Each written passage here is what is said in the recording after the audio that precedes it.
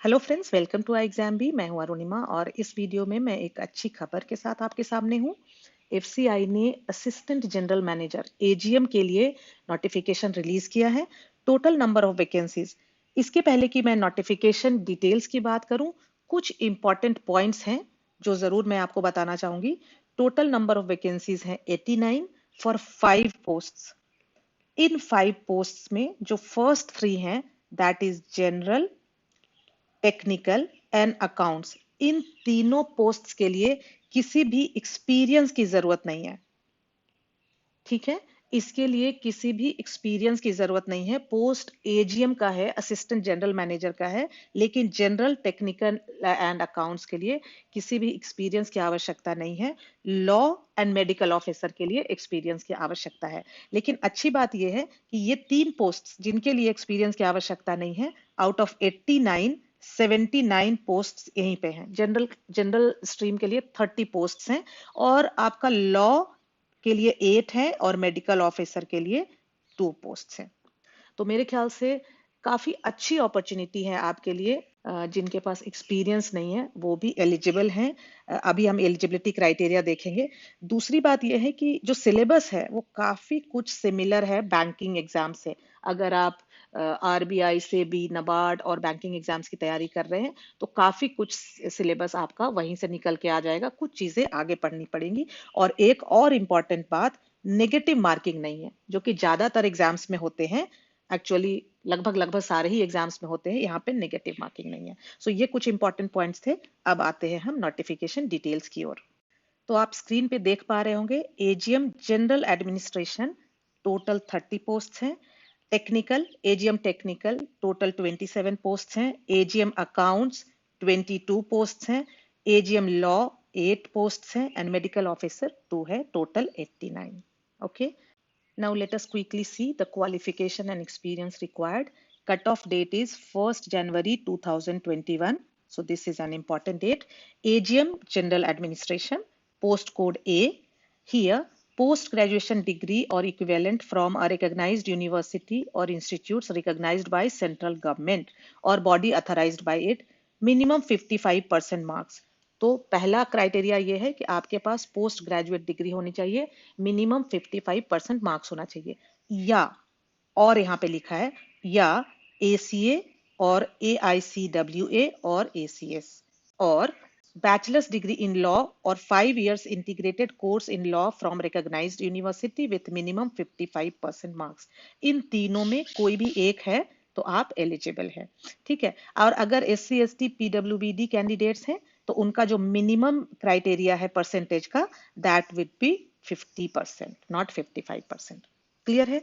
ये था general administration के लिए। अगर हम टेक्निकल की बात करें, AGM technical, so BSc in agriculture from a recognised university with minimum 55% marks, और या बीटेक डिग्री और BE degree in food science from a recognised university or an institution approved by the AICTE with minimum 55% marks, या BTech degree or BE degree in food science and technology or food technology or food processing technology or food process engineering or food processing or food preservation technology from a recognized university or an institution approved by the AICTE with minimum 55% marks.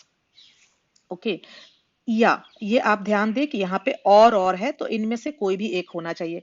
BTech degree और BE degree in agricultural engineering from a recognised university और an institution approved by the AICTE with minimum 55% marks, और BTech degree और BE degree in biotechnology और industrial biotechnology और biotechnology और biochemical engineering और agricultural biotechnology from a recognised university and institution approved by the AICTE with minimum 55% marks. यहाँ पे भी SC ST and पीडब्ल्यूबीडी कैंडिडेट्स के लिए ये मिनिमम परसेंटेज क्राइटेरिया 50% हो जाएगा। अगर हम अकाउंट्स की बात करें, AGM accounts post code C, यहाँ पे क्वालिफिकेशन जो चाहिए, associate membership of the institute of chartered accountants of India या the institute of cost accountants of India या the institute of company secretaries of India. Then अगर हम law की बात करें, इन तीनों पोस्ट में कोई भी एक्सपीरियंस की आवश्यकता नहीं थी, लेकिन एजीएम लॉ के लिए आपको एक्सपीरियंस चाहिए, full time degree in law from a recognised university or institute, and यहाँ पे और नहीं है, एंड है, तो ये भी चाहिए experience, minimum 5 years experience as a practising lawyer in civil matters representing his clients in at least 3 cases in every year, or 5 years experience as a law officer in central government or state government, or central government PSU और state government PSU. ये जो भी criteria है आप देख लेना, यहाँ पे कुछ पे स्केल्स दिए हुए हैं। Combination of, यहाँ पे note, this is important, combination of experience as lawyer and law officer is permitted for determining the eligibility. Second, the experience as lawyer is to be evidenced by enrollment certificate as an advocate along with certified copies of wakalatnama filed by the candidate, or self-attested copies of cause list or self-attested copies of court orders और judgements और self assisted. ये सारा details आप जो भी law officer के लिए interested हैं वो आप एक बार अच्छी तरह ध्यान से तीनों पॉइंट्स को देख लीजिएगा। For medical officer post code is E. Here MBBS registered and completed the prescribed house surgery. साथ ही साथ 3 साल का एक्सपीरियंस चाहिए in any organised medical institution, preferably in a labour organisation. Experience as house surgeon, resident doctor while pursuing MD course would reckon as experience provided it is acquired after completing internship. So ये हो गया eligibility criteria, qualification and experience से related. So age criteria for general administration 30 years, for technical 28 years, for accounts 28 years, for law 33 years and for medical officer 35 years, because ये दोनों में आपका experience भी चाहिए। बाकी में 30 for general, 28 for technical and 28 for accounts. Quickly let us see important dates. So submission of online application form, it will start from 1st March 2021, 1 मार्च 2021 से शुरू हो जाएगा सुबह 10 बजे से, और लास्ट डेट जो है वो 31 मार्च है 4 बजे तक। सो लास्ट डे का वेट ना करें। और call letters 10 days prior to announce date of examination. Examination का डेट इन्होंने नहीं बताया है, लेकिन tentatively it is going to be मई और जून। तो आपके पास बहुत अच्छा समय है और ये बहुत अच्छी अपॉर्चुनिटी है। सो अभी हम मार्च शुरू ही होने वाला है, मार्च अप्रैल 2 पूरे महीने हैं, हो सकता है आपको तीसरा महीना भी मिल जाए। सो आप जरूर एक बार इसका एलिजिबिलिटी देखें, सिलेबस देखें, और अगर आप एलिजिबल हैं और विलिंग हैं फटाफट फॉर्म फिलअप कर दें और अपनी तैयारी में जुट जाएं। अब देखते हैं सिलेक्शन प्रोसेस, क्योंकि वो भी काफी इंपॉर्टेंट है। सो 2 चरणों में एग्जाम होगा, 2 फेजेस में एग्जाम होगा, ऑनलाइन टेस्ट और इंटरव्यू। यहाँ पे आरबीआई, सेबी, नाबार्ड की तरफ फेज 1, फेज 2 और इंटरव्यू नहीं है, सिर्फ एक ऑनलाइन टेस्ट है और इंटरव्यू होगा। ऑनलाइन टेस्ट में आपके परफॉर्मेंस के बेसिस पे, और साथ ही साथ जो ऑनलाइन टेस्ट है उसमें वेटेज जो ऑनलाइन टेस्ट का है वो 90% है और इंटरव्यू का 10% है। तो आप समझ सकते हैं कि अगर आपने बड़ी अच्छी तरह तैयारी करके रिटन परीक्षा में अच्छे मार्क्स अगर आप लेके आ जाते हैं तो इंटरव्यू ज्यादा मैटर नहीं करेगा। सो इस हिसाब से आप अपनी तैयारी करें। Candidates are to be shortlisted for interview on criteria 50% marks in online test for unreserved and EWS categories and 45% for, so यहाँ पे क्या कह रहा, कट ऑफ, मतलब ऑनलाइन टेस्ट में आपका 50% मार्क्स कम से कम होना चाहिए अगर आप अनरिजर्व्ड कैटेगरी में हैं। अदरवाइज SC ST OBC और PWBD के लिए 45% होना चाहिए। Number of candidates to be called for interview shall normally be 3 times the number of advertised candidates. However, where the number of candidates is less than 3 times the number of vacancies, then all the qualifying candidates may be called for interview. So मेरे ख्याल से ये आपको clear हो गया होगा। कम से कम 50% आपका आना चाहिए ऑनलाइन टेस्ट में। लेकिन अब सपोज कि जितना नंबर ऑफ वैकेंसीज है, आपने देखा अगर मैं जनरल की बात करूं तो 30 थे, 90 स्टूडेंट से मान लो ये 50% ज्यादा आ गया, 50% से ज्यादा आ गया 120 स्टूडेंट्स को, तो इन 120 में से 90 लोगों को बुलाया जाएगा जो मेरिट लिस्ट में ऊपर होंगे। लेकिन मान लेते हैं कि सिर्फ 80 लोग ही ऐसे हुए जिनका 50% से ज्यादा आया, तो वो सारे के सारे लोगों को बुला लिया जाएगा। क्लियर है? और यहाँ पे आपको ये समझना है कि सिर्फ ऑनलाइन में कट ऑफ क्लियर करना काफी नहीं होगा, आपके जितने ज्यादा मार्क्स आएंगे उतना आपका फाइनल सिलेक्शन का चांस बढ़ जाएगा, क्योंकि यहाँ पे 3 गुना लोग बुलाए जा रहे हैं ना। तो मान लो 30 पोस्ट है और 90 लोगों को बुलाया जा रहा है, तो जो 90th पोजीशन पे है उसका चांस कम हो गया ना फाइनली सेलेक्ट होने का, क्योंकि इंटरव्यू का वेटेज 10% है। लेकिन इस 90 लोगों में जो फर्स्ट पोजीशन पे है उसका अब बहुत ही मतलब इट इज जस्ट इम्पॉसिबल कि उसका सिलेक्शन नहीं होगा, उसके लिए इंटरव्यू ज्यादा मैटर नहीं करेगा। अब देखते हैं पैटर्न ऑनलाइन टेस्ट का। सो एजीएम जनरल एडमिनिस्ट्रेशन, पहले हम जनरल की बात करते हैं। 180 क्वेश्चंस होंगे, 2.5 घंटे में सॉल्व करने होंगे, ठीक है। कोई निगेटिव मार्किंग नहीं होगी यहाँ पे। तो जहाँ पे आप ना कर पाए, जिन क्वेश्चंस को अटेम्प्ट ना कर पाए या जिसमें डाउटफुल भी है, वहां भी आप जरूर मार्क कर दें अपना आंसर, क्योंकि नेगेटिव मार्किंग नहीं है।